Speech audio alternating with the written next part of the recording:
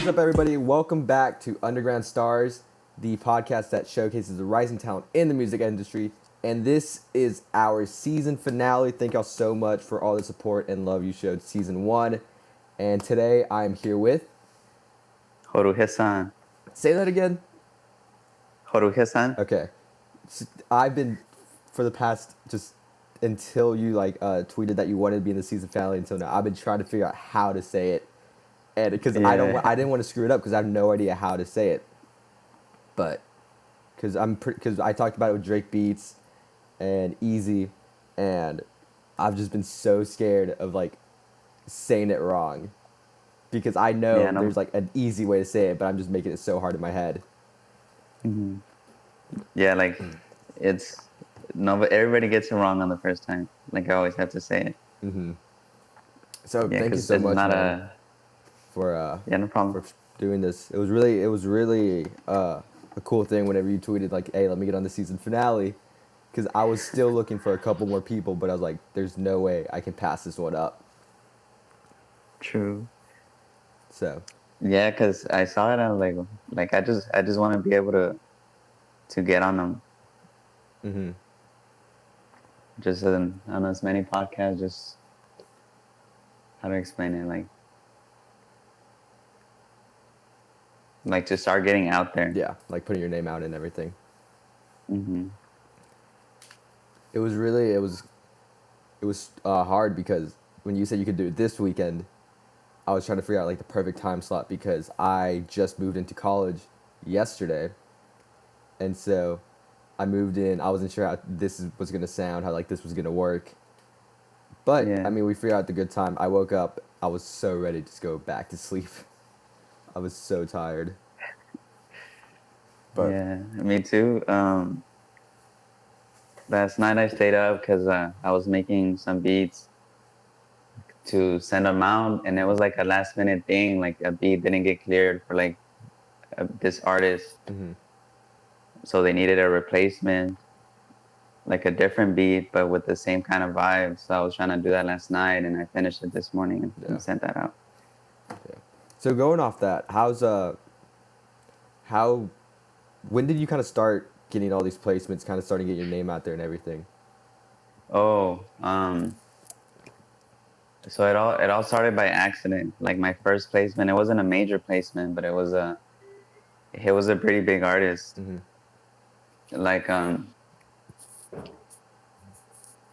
So I was on Twitter, and I was like a nobody. I was just getting started. But this guy messaged me. He's like, "Hey, check out my SoundCloud. Let me know if you like what you hear." Mm-hmm. Hold on. It's because I'm trying to find a quiet place. I'll just go back inside. So, okay. So let me start over. So some guy hit me up on Twitter asking me to check out his SoundCloud, and I actually did. And I really liked his music. It was very melodic and I don't want to say, it reminded me kind of like Yachty in a way, but obviously very different. Yeah. I really liked it. I was like, hey, your music's dope. Let me send you some beats. I actually make beats. Mm-hmm. And so he's like, bet. And so I sent him a few beats, and he hit me up right away that he really, really liked one of them and that he really wanted to get on it. So he ended up making a song literally the next day. And then that was he had, I don't know how many followers he has right now, but it's in the high thousands. The songs were doing good. Yeah. I think I got over 100,000 plays on SoundCloud at the time. It's crazy. So we put it on streaming platforms, and he has an active fan base. That's actually where, through him, I learned how to build my fan base and interact with everyone, because he would literally have phone conversations with his followers. Mm-hmm. His name is Young Zion 6600, and so yeah,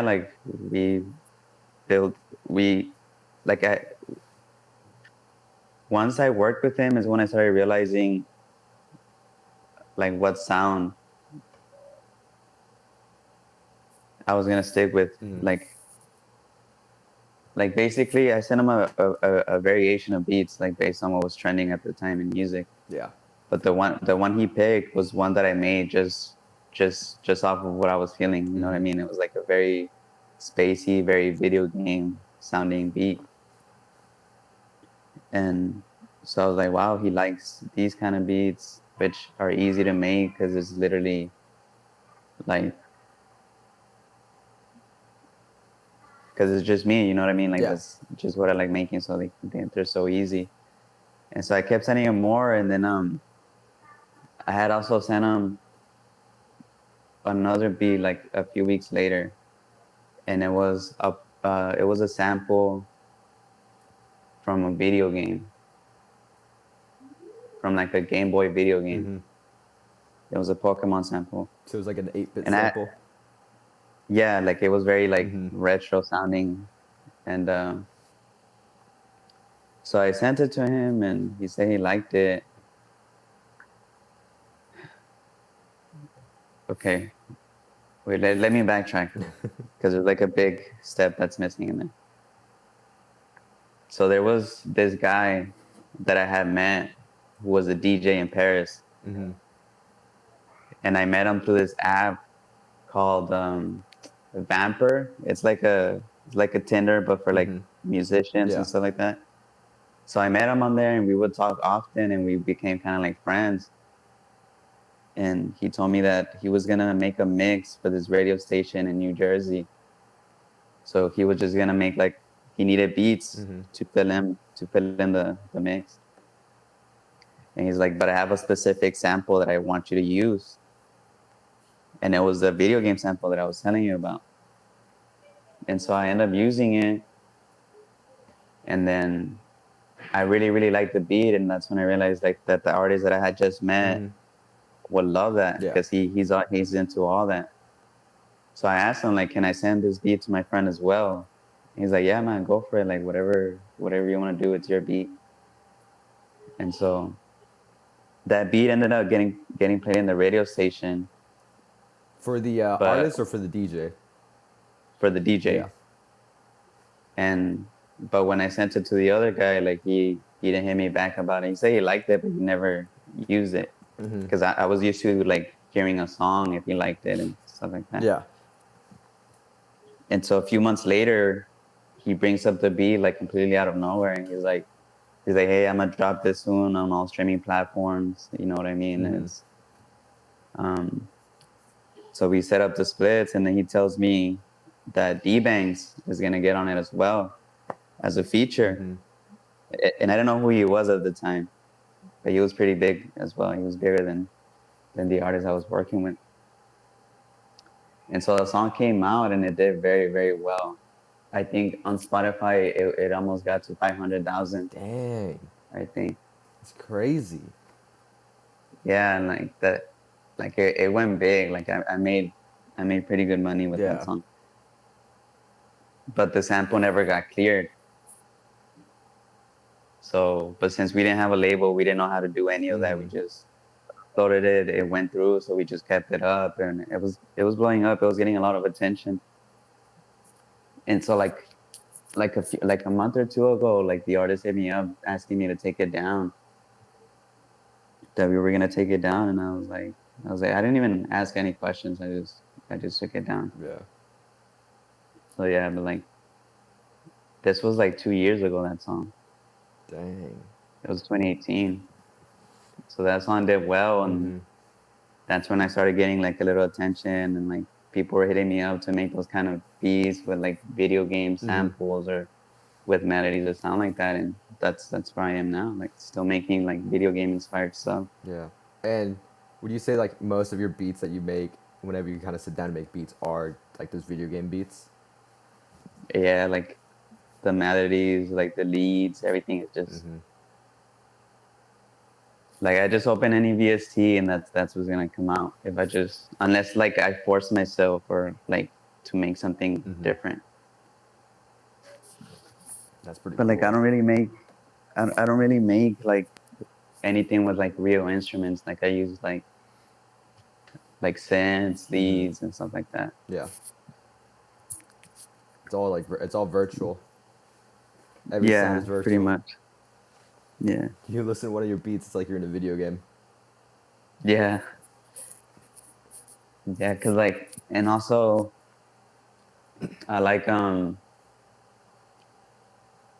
using like effect sounds from like sci-fi space cartoons or like Power Rangers sound effects or sound effects from video games, and I use them like if they're perks, like percussion elements. Yeah.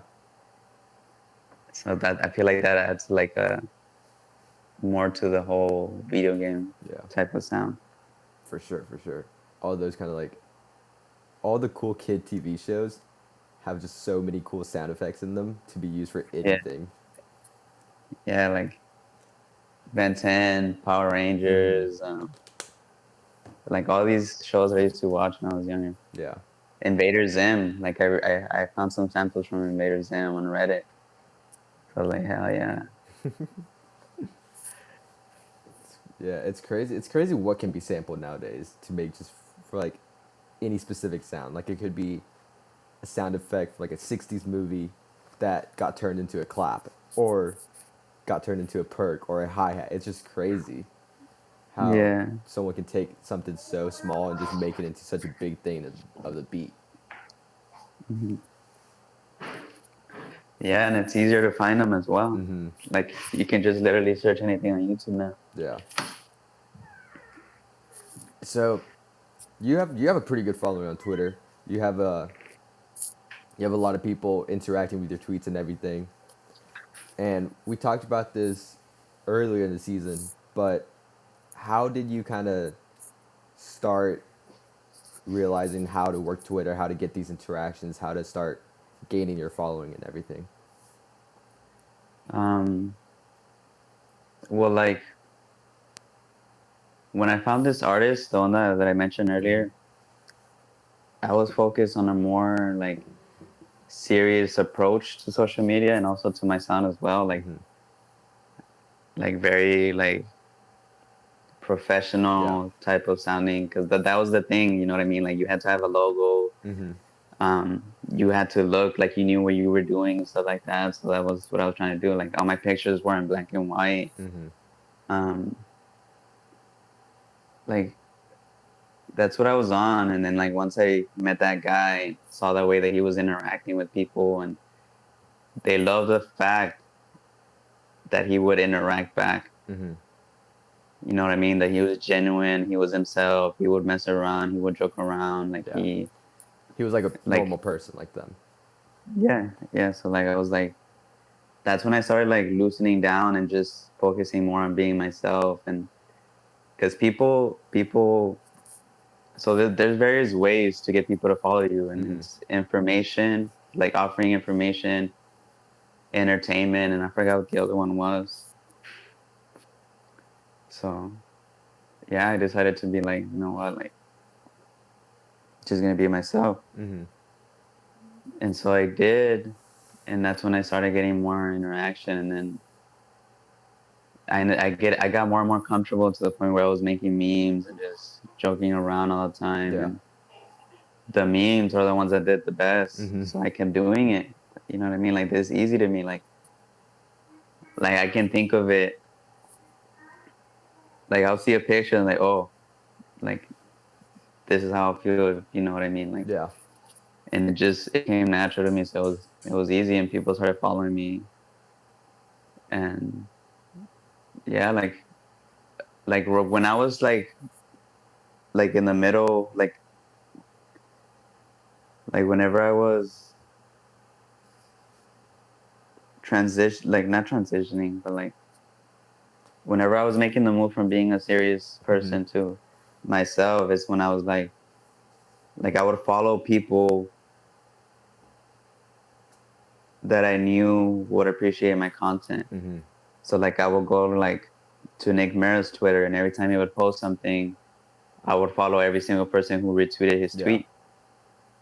Because if they retweet it, it means they follow him or they like his stuff. So if they like his stuff, I know they'll like my stuff because I make the same stuff. and it works. And these followers that will actually interact with you.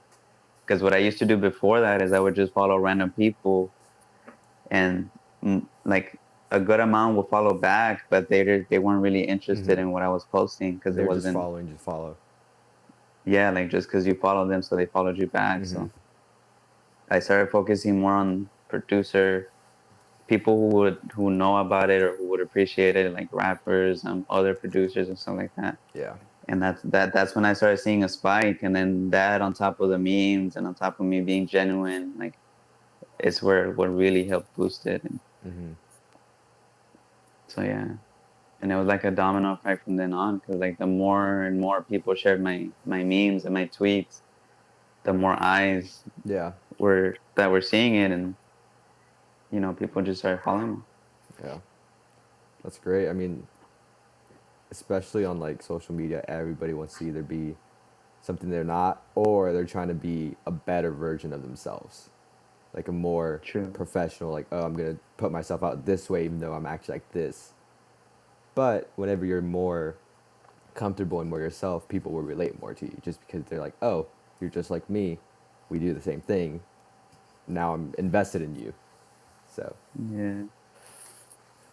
it's such a great thing Yeah. whenever you're just like posting memes or like tweet something that has nothing to do with music, that's just funny in general, and people get a good laugh because it's like a breath of fresh air.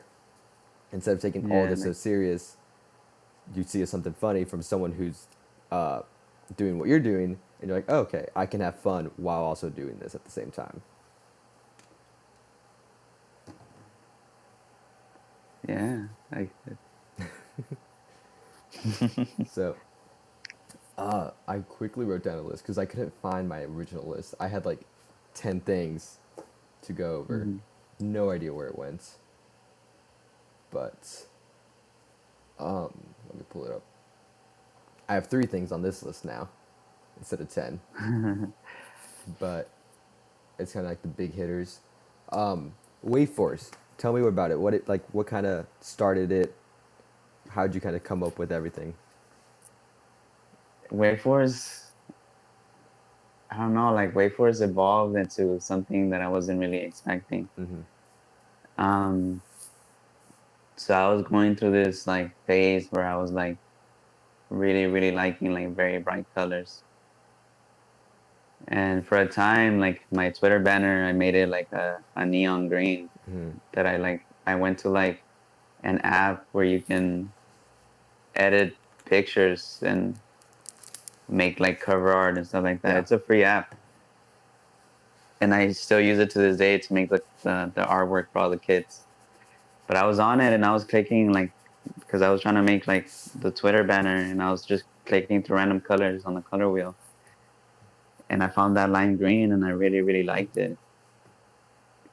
So I started using it. I had it as my Twitter banner, and I was like, I don't know, like I was like feeling like space and stuff like that. So I wanted to make something with it. And originally I was just gonna make like a clothing line with Yeah. like with the neon vibe and stuff like that. And I've been really like,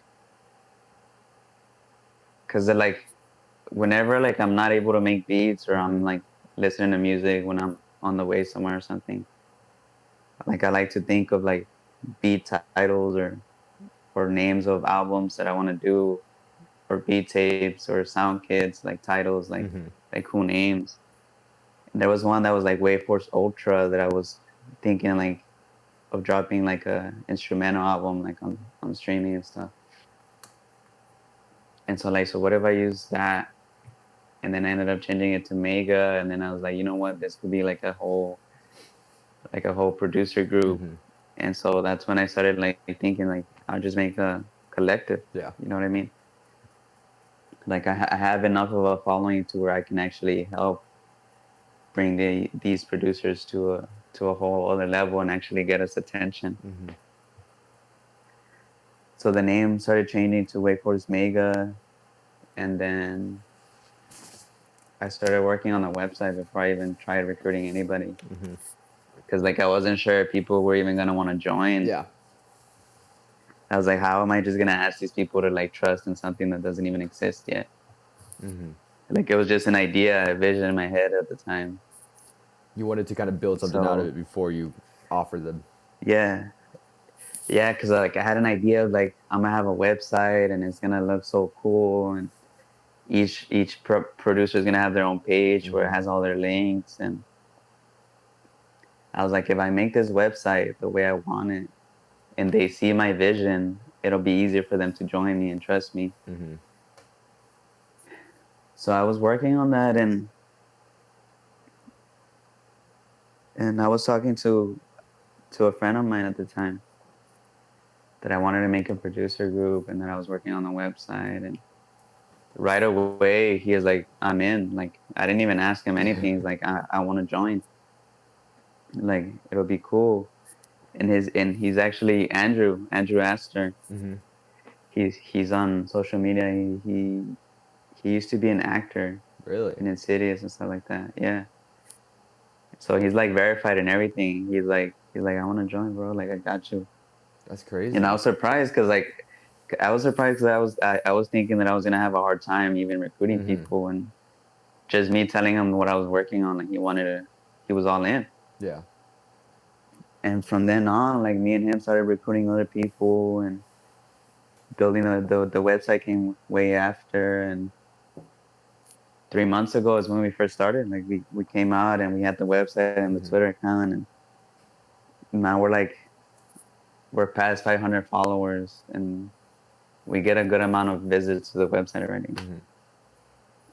And like we started building a lot of connections, and even Andrew Astor himself, like he's like in LA, he's working in studios and stuff like that because he's in this school for music. So like, yeah, and like a lot of the producers are already working on placements with certain people. So yeah, That's pretty cool. And how did you kind of like settle on who would be in and who would be out? Like, cause did you kind of ask everybody who's in it right now only, or was there a lot more other people you asked, or was asking you to join? yeah, like at the time, like I wanted like people who had like a sound not similar to mine, but like with the same kind of vibe where it's like fast, like high energy, like futuristic sounding type of stuff.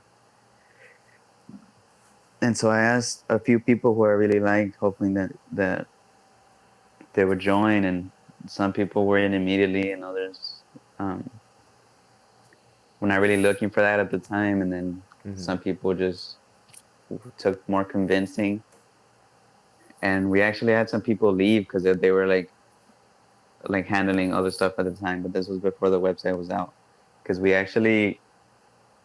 I recruited everybody before the website even went live, so Yeah. I would know who to make a profile for. But yeah, like some people left before we even went live, so because they were already in other collectives and it was hard to keep up. So yeah, it happens. Like I really, really, really wanted them to be in it, but Yeah. it happens. So And yeah, now where we are now, yeah. which is crazy. And you have what? I'm pretty sure it's 13, right? 13 members in it. Yeah, yeah. At the time, yeah. And do you all like collab with each other all the time, or is it more like each one is like doing their own thing? You're just all part of the same collective. Um, I think it's like a mix of both. Like we all like have like we share like a Google Drive, and we just each one has their own folder where they upload their own samples. So we're able to like go in, look through everybody's samples, download the ones we want, Yeah. make the beats. And so yeah, we collab a lot, but also like each member has their own artists that they work with and their own opportunities that they get, and we share with the team and stuff like that. And I feel like we're very active, like we're very close. We have our own Twitter group chat, so we're like always like talking about random stuff. It's not always about music, which is a good thing. Like one of the big things, like I wanted people that were like easy to get along with, good energy, like just good people. Yeah. And it did, like everybody, like we all, like we know each other now. It's like a friend group So now. yeah, like it's literally just like a friend group Yeah. chat now. So yeah, like it's crazy. Like now we have producers, we have an engineer, we have two graphic artists, Mm-hmm. and we have one artist who literally will make a song that same day to a beat we send him. Like we literally have just 60 songs with him Mm-hmm. in one folder, which is crazy. So like I have to go through those songs and pick out which ones we're gonna put out. Mm-hmm. But like everyone's very effective, the workflow's good, which Yeah. is so like everything worked out fine. Like I stressed myself a lot. Like I even had second doubts, like, you Mm-hmm. know what, I'm not gonna do this because it's probably gonna fail. But You never know till you try it. everything, yeah, like everything worked out just Mm-hmm. better than I expected, to be honest. So yeah.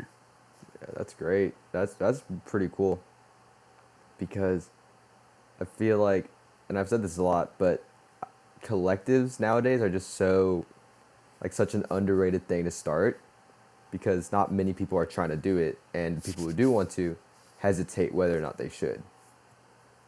Yeah. Yeah, because I had a few producer friends as well who they're like, man, like I wish I had a team too. That because I get a lot, I get asked a lot, like people asking me to join or how do they Mm-hmm. join and stuff like that. But like I'm not really looking to expand at the moment. Yeah. But I always encourage people to like try to start their own. And I always try to help people who have questions about like how exactly to go about recruiting and what to look for and how to set it up to where everyone's like be able to work together Mm-hmm. efficiently. And I always help everyone out because like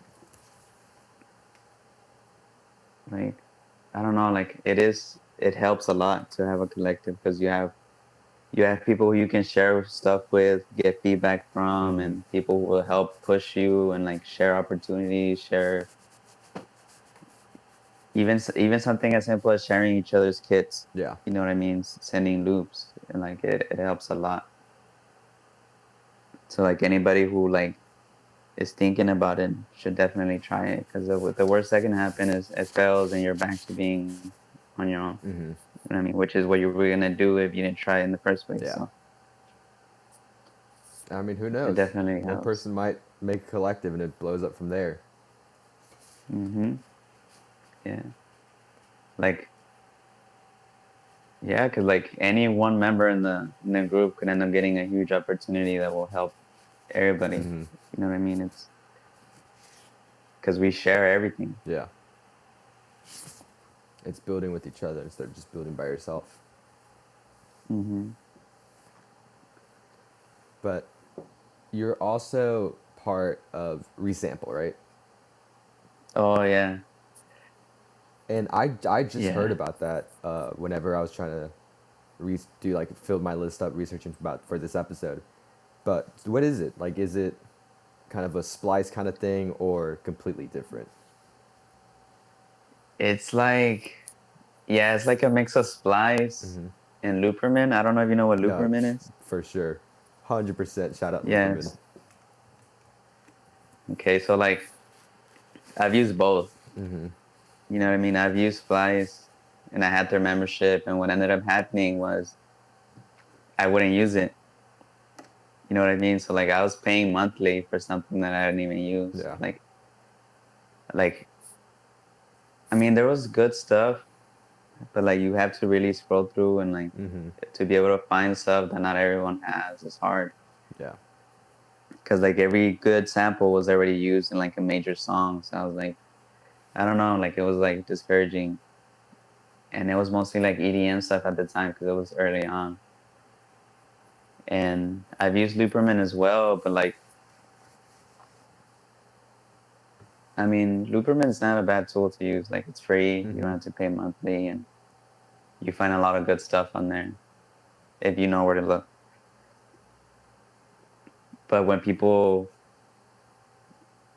like, it's a good tool to upload to for people to find you and find your sound. But if something gets placed, it's royalty free. Mm-hmm. The same way with Splice, like from a seller, from like a producer's perspective who's trying to put samples out there, like Looperman is a good tool to get your samples to other producers. And some people are able to get on Splice, but when you get on Splice, you give away your royalties. Yeah. Well, on Looperman as well, you give away your royalties. So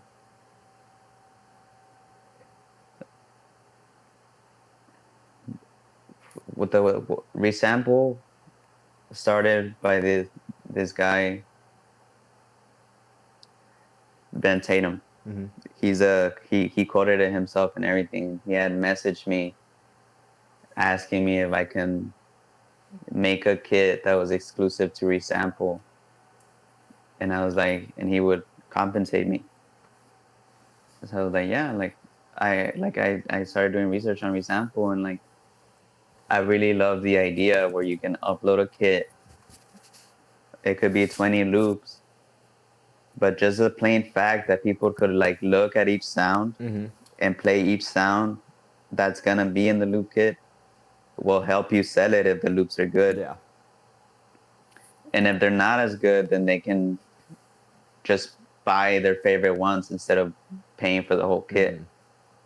So instead of buying a $20 kit, you just pay $2 or $1 for, depending on how much the loop is.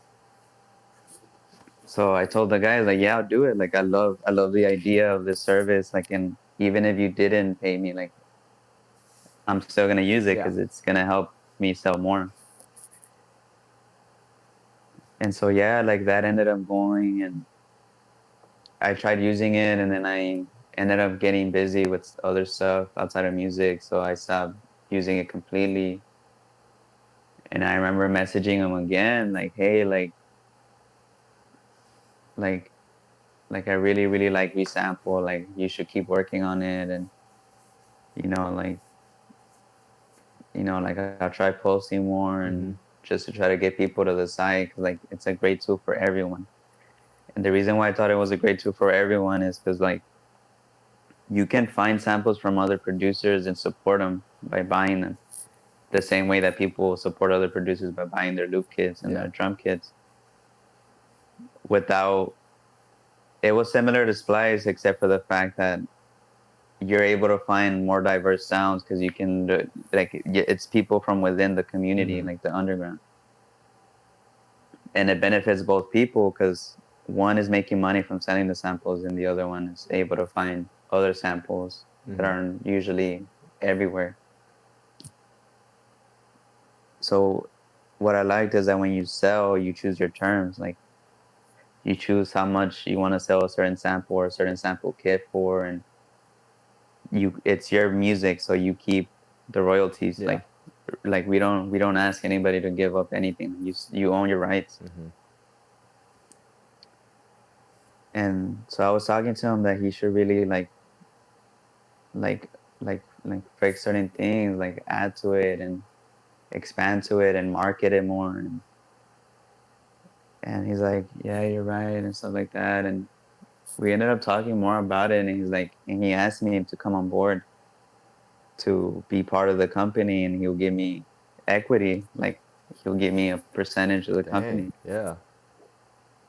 So like I was gonna help him out regardless, with the Mm-hmm. fact that he was willing to like give me ownership Yeah. as well. I was like, yeah, like I can run the social media account, I can get us more followers, I can be the face, Mm-hmm. and like also help with the ideas. I don't know how to code at all, so he handles all that. Mm-hmm. I just handle the company. I give him like ideas from a producer's perspective in today's Mm-hmm. time of underground. Like, what would producers want? What don't they like? And yeah, we started from there, and like now we're about to launch an update soon. That's gonna make it way easier for people to upload and to browse Yeah. on mobile phones, because on mobile it's a little, it's not as clean Mm-hmm. as a desktop version. So It's like we're the bringing a lot desktop of version just improvements. compressed onto the phone. Yeah, Yeah. kind of, yeah, so, sort of like that. So yeah, he's been working on that update for a good time now. Like right now we're like testing it, and I'm excited for it because I like the way I Mm-hmm. like the way it's gonna look. Definitely gonna have to check that out later after this, Yeah, for sure. and we're also gonna add PayPal because we've had a lot of people ask us for PayPal because we use Stripe. Mm-hmm. It wasn't accepted in a lot of other countries outside of the U.S. Oh, So yeah. and then like I think Stripe you had to be 18 because you had to link a bank account Mm-hmm. or something like that. So people want to use Plies because they're either underage or outside of the U.S. Yeah. It's more free to use. It's more Yeah, accessible. so we're gonna do that as well. And there's other stuff like we're trying to work on an app where you can make the samples in the app, like Mm-hmm. record, tweak, and stuff like that, and then upload directly to your Dang. store. So that's another thing that's good about Resample is you make your own profile page Mm-hmm. where you have all your kits and your samples, and you share that link, and it takes them just to your profile with just your sounds, just your samples. And also, whenever you share like a sample kit, it'll have the image in the link, like it'll show like instead of it just being a link, it'll turn into like the smart links where it has an image and Oh, a yeah. description, That's pretty which cool. is really, really cool. Yeah. So yeah, like we're always working, but like since it's just him coding everything, it takes longer, Mm-hmm. which is the only downside. Yeah. But I mean, everything, all of that sounds really, really cool. I, uh, I'm definitely gonna go check that out and see on the lookout for like all the new updates and everything too. Because I Yeah. just heard about it recently, so I for sure want to go see how it all looks right now and how. But Yeah, you were saying we were gonna check it yeah, out, I think. yeah, for sure. I'm for sure gonna do that. Cause I've like learned so many things doing these podcasts just from every producer. Like, oh, I used to do this, or I listen to this, and like some of that, like I have no idea what it is. So then afterwards, I go check it out, go listen to it, and it's like a super cool thing. So Yeah. it's just been pretty Some cool connecting with everybody and learning so many small different things that I just never knew about. yeah. Yeah, I like watching them too, like producer podcasts, because I Mm-hmm. always, yeah, like especially like not just producers, but also like managing, like Mm-hmm. managers, like I like watching all that stuff. Oh yeah, man, the mountains with managers in it are so crazy.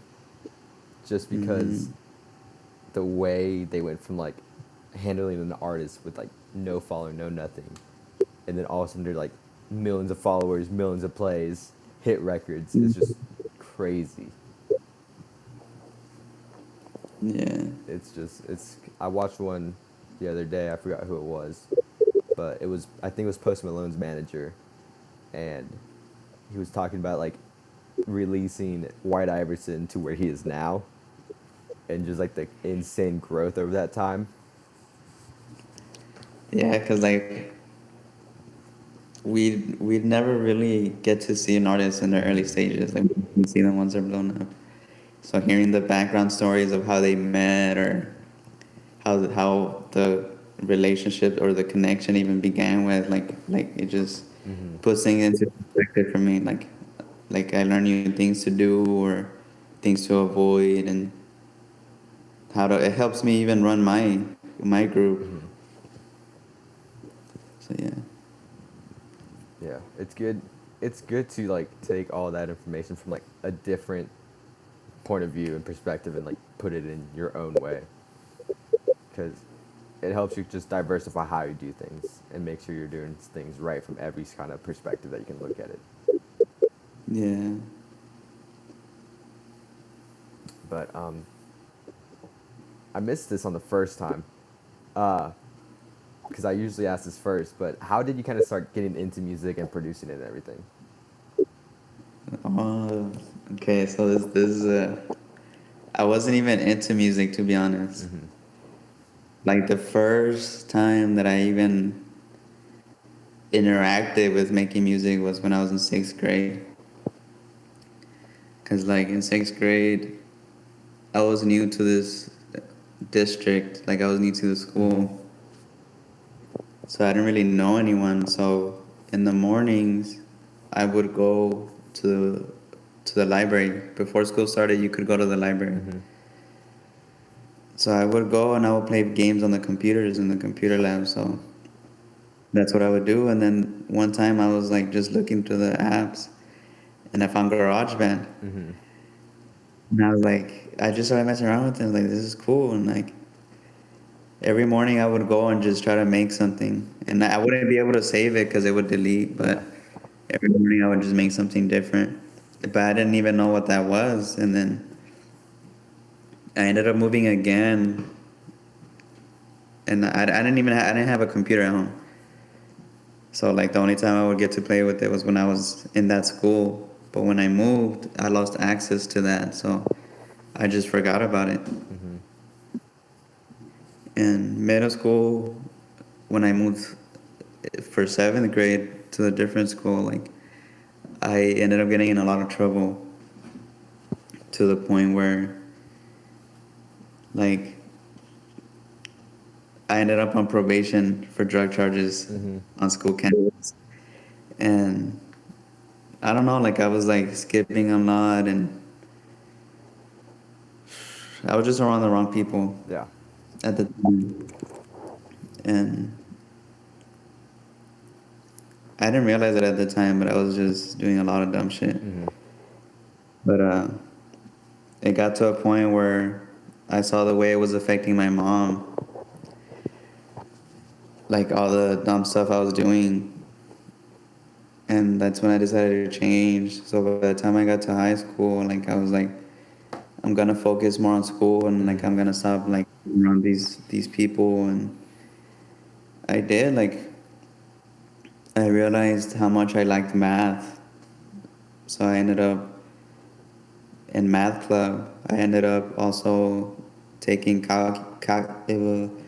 calculus in high school. And in junior year, my physics teacher was the robotics coach. Mm-hmm. And I was like I've heard about robotics, but I was never really, it never really, like I thought like you had to be like smart to Yeah. build robots. And the teacher was explaining what they do and stuff like that. So I was like, that's cool. Like I wanna do that. So I joined robotics, and we ended doing some competitions, and we won a couple trophies. And so I decided that I wanted to do physics. Like that's what I want to do when I get older. Like I Mm-hmm. want to be a physics teacher. So whenever I was going to school, I ended up applying to UTSA, and I wasn't gonna have to pay anything, and I was gonna go for physics. But when I was in orientation, and I was like, we had to stay in the dorms. That was part of orientation. Yeah. It was like a 3-day orientation. So I started realizing that I wasn't sure if that's what I wanted to do. Mm-hmm. So I ended up taking a year off. I ended up canceling everything at the last minute. And I took a year off. And during that year is when I realized that I wanted to do something in business. Like I wanted to start a clothing brand. And it was while I was doing that, like trying to find the name and stuff like that, that I realized that I want to do business. So I was like, I went back to school. This time I went to college though for business. And then a friend of mine at the time knew that I was doing business and that I was good at it and stuff like that. So I was like, he asked me to manage him. He was an artist. Well, he wanted to be an artist. He didn't have any music out. And so So yeah, I decided to manage him. But and it was while I was managing him that we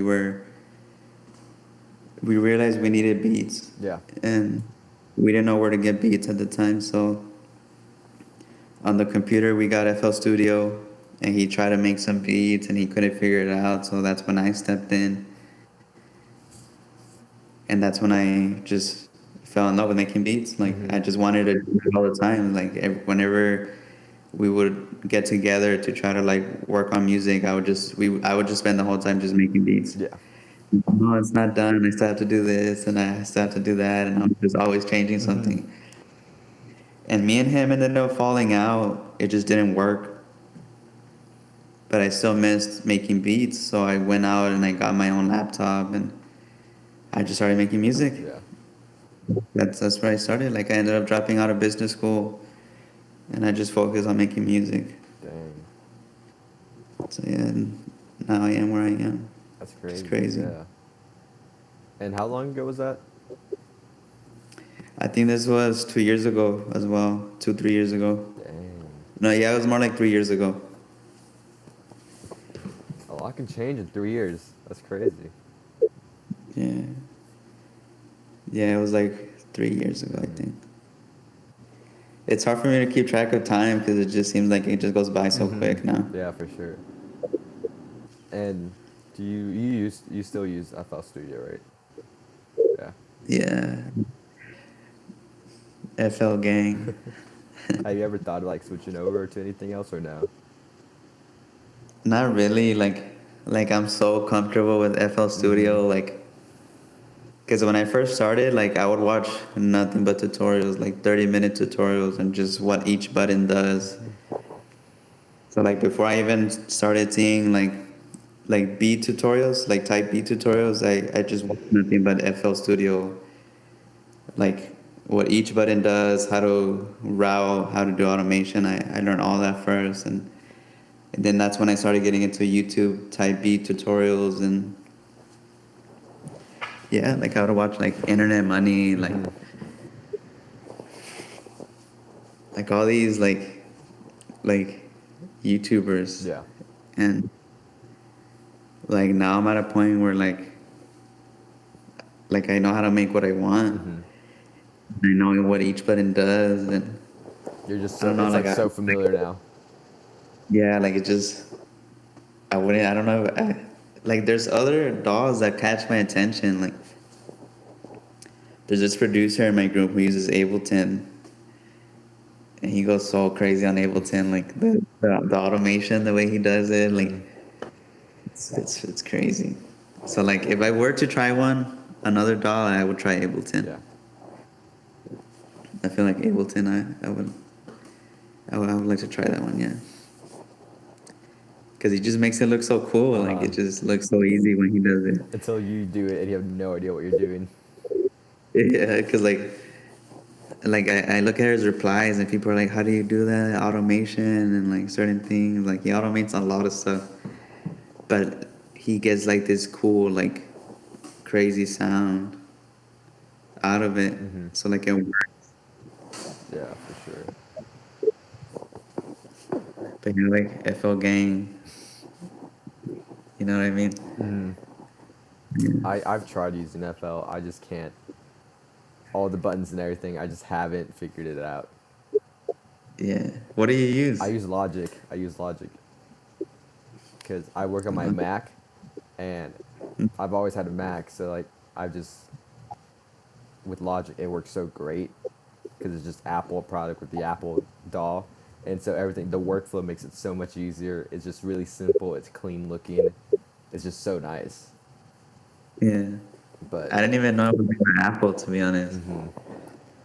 Like I've heard about it here and there, but like I never really like done any research on it. yeah, and they had like a huge update I think a couple months ago, and like revamped the samplers, a bunch of stuff. So it's like so much better now too. It's so nice. Yeah, like I always get super excited when there's a new FL Studio update. Like, yeah, like I don't know. It feels like all this motivation just hits you like whenever you get an update or Feels like a new Christmas. VST. Yeah, like like last night, like I bought a bunch of stuff, and I was like, I was just like, I was crazy. I get excited about things like that. I know. I spent like 2 hours watching like every like new detail and like the update, like what they added, what they didn't add, how to use everything. And Yeah, I don't feel tired at all. I'm like, okay, cool. What's the next one? What's the next thing? What's the next thing? Like I just want to know everything of it. yeah, like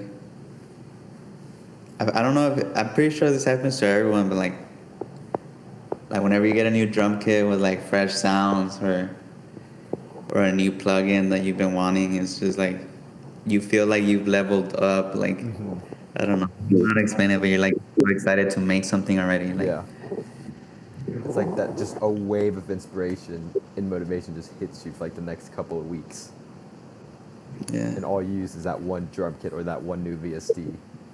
yeah, I've been wanting to get Expand because it's like $15 now, but yeah. I haven't searched up like the reviews or anything for it because I don't know if it's worth it or not. But I lost my because I had Nexus too, and you know how they had like the licensor you had to plug into like a computer to use it. I lost Mm-hmm. that, so I can't use it, and so Oh, I've been contemplating whether to upgrade it to Nexus 3 because on Nexus 3 you don't have to have that. You just open it up whenever you want. But I don't. It's like $100 to upgrade it, and I just haven't done it yet. So like I've had a whole VSD that I have no access to because I lost the card to it, and it sucks. it does. I've used Expand too since like I started because when I bought my laptop, I also bought a MIDI keyboard, and it came with a bunch of free VSTs, and one of those was Expand too.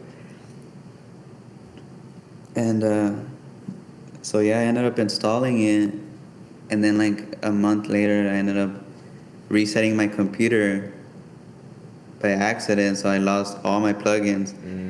And then I couldn't remember how to download it again, or I couldn't get I couldn't get it to work. Yeah. So I ended up buying it again, only because there was a sale on Plugin Boutique where they had it for $1. Dang. So like I'll just buy it again because I wasn't able to use it. I was like maybe it'll work if I reinstall it again. Yeah. It's crazy. So yeah, I still have it on my Plugin Boutique account. But right now they have it on sale for $15. But if you buy it on Plugin Boutique, they give you also get, what was it called? It's like it's like a with, I don't know if you heard of the, fuck, what is it called? Is it like a bundle thing? You get two plugins. One of them is like a chaos synth, but the other one, which is the one that I was actually interested in, is like a stereo imager. Yeah, yeah, yeah. I know what you mean.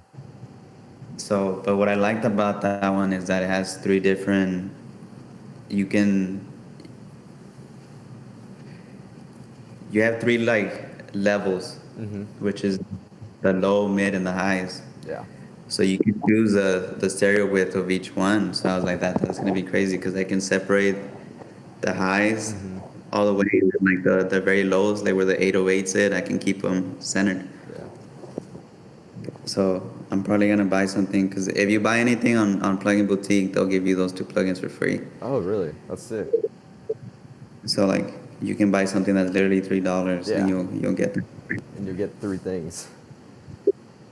Yeah. That's Like tight. I ended up getting, I ended up, they were giving, last month they were giving away this EQ that's like $100. Normally they were giving it away for free. Dang.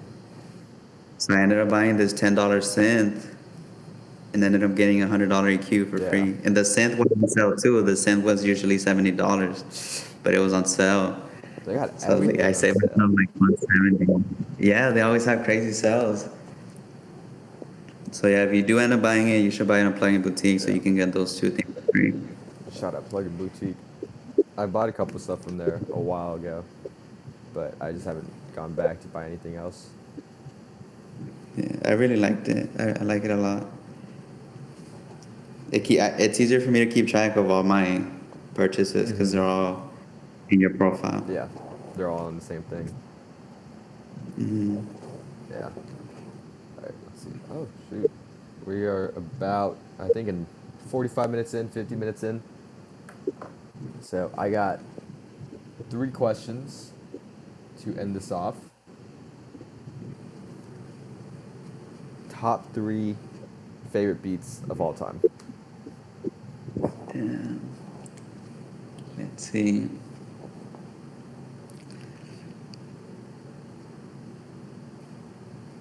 This is a hard one. It stumps Just to think everybody. of. There's a song called Crowd Roars by 10K Cash featuring Ty Fontaine. And I think Nick Mera is the one that produced the beat, but just like the drum patterns are crazy and the melody too, but like the drum patterns is what I like the most. So that one, Shooter by Playboy Cardi. Such a fire beat. I just like the way it builds up for a long time and then so I was like, I really like that. And it starts off with like the one note, and then it just goes really crazy. And the third one would be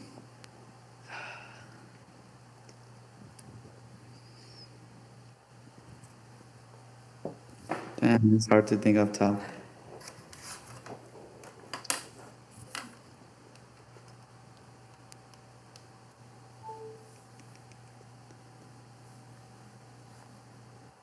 Do unreleased beats count? Sure. Because there's this snippet of this Playboy Cardi song with Lil Uzi called SRT, and I really really like that beat. So I would pick that one. I have a lot of favorites. It's just hard to think of right now. All right, top 3 favorite albums of all time. Dilate,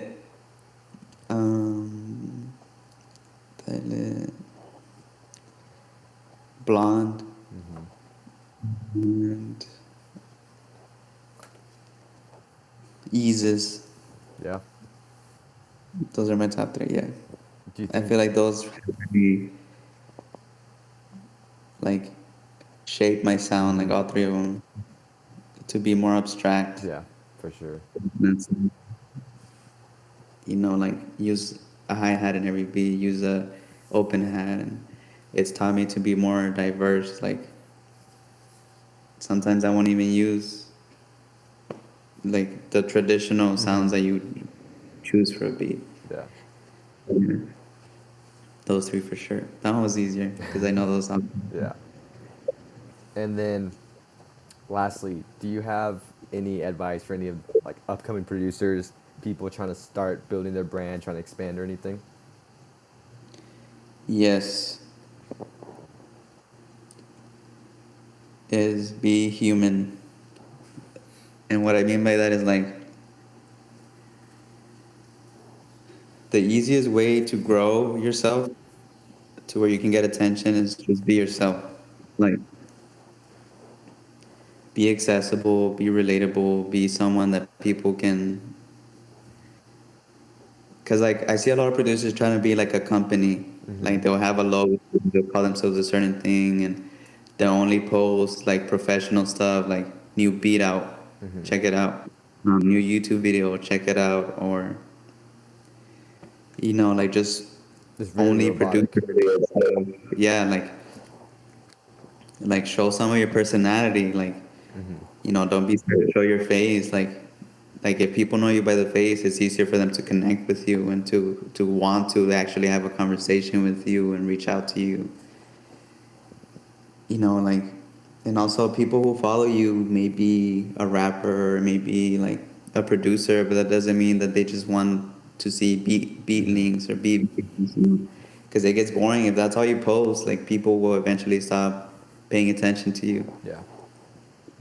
And I do see a lot of people who that's all they post is just beats, and that's it. And I feel like the way you grow yourself organically is if people are attracted to your personality, and if you're hiding that behind a logo, then it's hard for them to even interact with you. And yeah, like when you post, like I post a lot of memes, and most of them are producer related, but like I also post like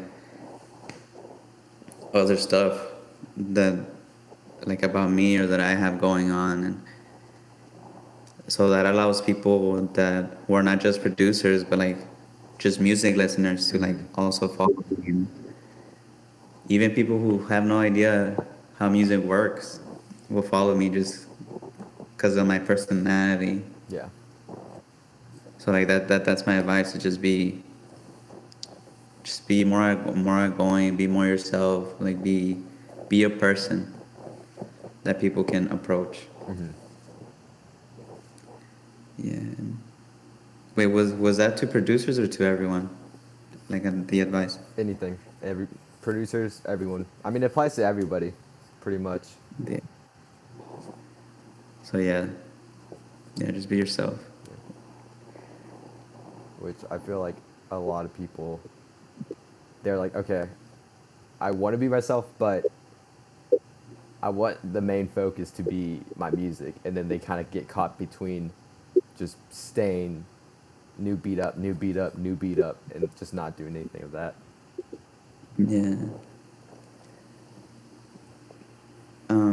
Yeah, cause I don't know, like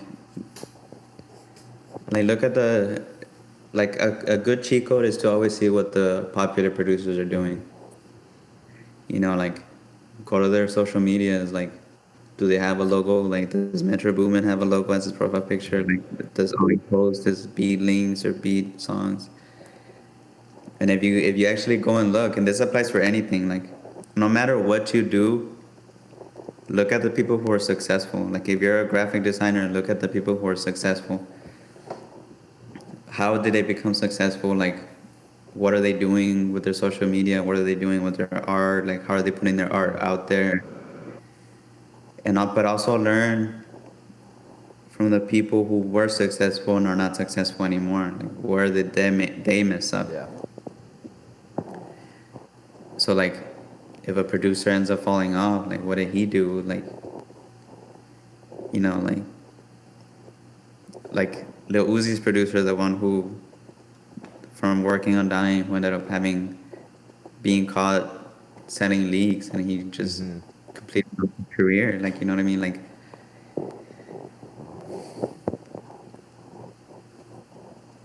just by just just by keeping an eye on what they're doing, you'll know how to approach things, and just find your own way of approaching it. Yeah. So yeah. Yeah. That's great. But thanks so much, man, for stopping by and doing this.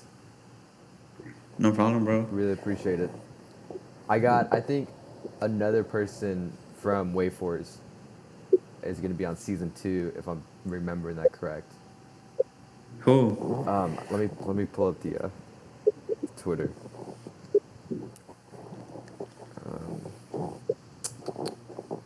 Try to find it.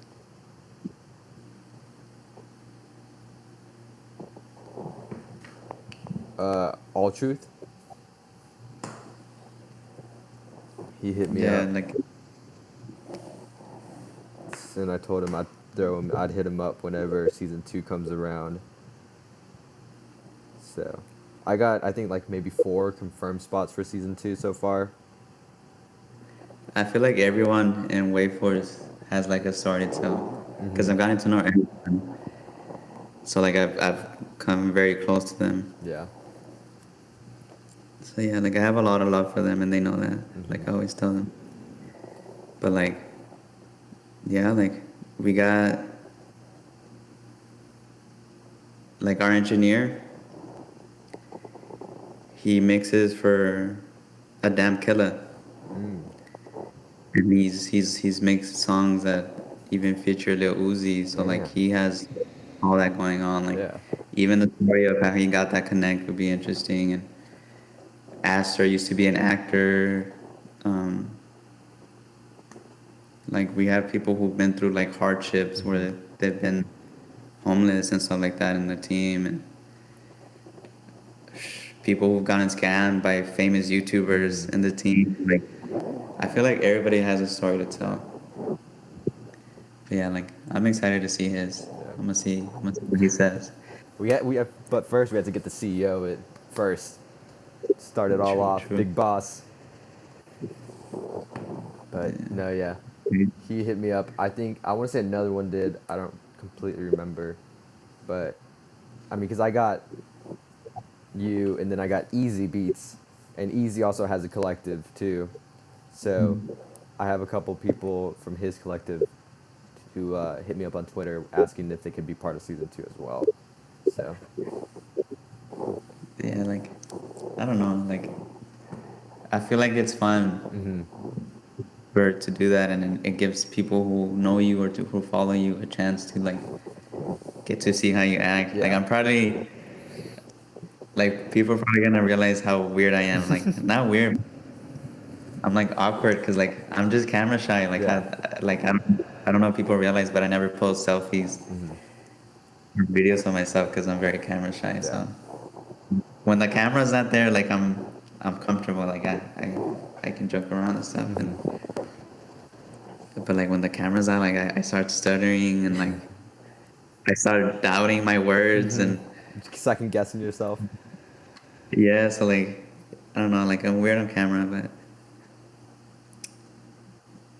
that's why I feel like that's why I was so good on Twitter because like I was able to let my personality shine because I didn't have to show it through a camera. That makes I'll sense. tweet to show my own words. Yeah, So yeah, Twitter's a go. yeah. Shout out Twitter. Out of every single episode, everybody's been like, "Yeah, Twitter is the way to go." Instagram, I loved Instagram. I moved from this. I moved from this. It was like everybody was just Twitter is where you need to be. Yeah, because like you have GIFs, like you can share a link in one tweet instead of having it in your bio. And it's just, and it's easier to interact with people as well. Yeah, for sure. I feel. Shout out Twitter. Shout out everybody on Twitter too. Shout out Jack, We're just gonna have the whole last 20 minutes of this episode is just us shouting out people. who worked for Twitter and stuff. But no, man, really appreciate it. I'll for sure I'll let you know if anybody else from Waveforce hits me up being on a podcast. But no, yeah, really grateful that you came by. You have no idea. I was like, whenever you tweeted, let me get on the finale, I was like, that's it. I have success for season 1. I have set it up perfectly. But it was great. Yeah, like Go on. I've been avoiding these because of how shy I am, but like I'm trying to get more comfortable. So it helped me a lot. Yeah, like So it was good here. I was text like I'm in this group chat with a couple producers, and I like sent them the link to one, and you know Mike Medusa. Who? Mike Medusa. He produced a couple songs for Little Skies, but he like texted. He was like, "Bro, how are you so comfortable on camera? Like, I how do know, you it's not get scary. weirded out?" And I was like, I just don't pay attention to the camera. Like the whole time, like even during these, the camera's like up here, but like my eyes just aren't focused on it, and it's like it just feels like I treat it like just a normal like a FaceTime call or something. And plus with school coming up, we're doing all these Zoom calls, and that just makes it a little bit easier because those are so awkward. Those are horrible.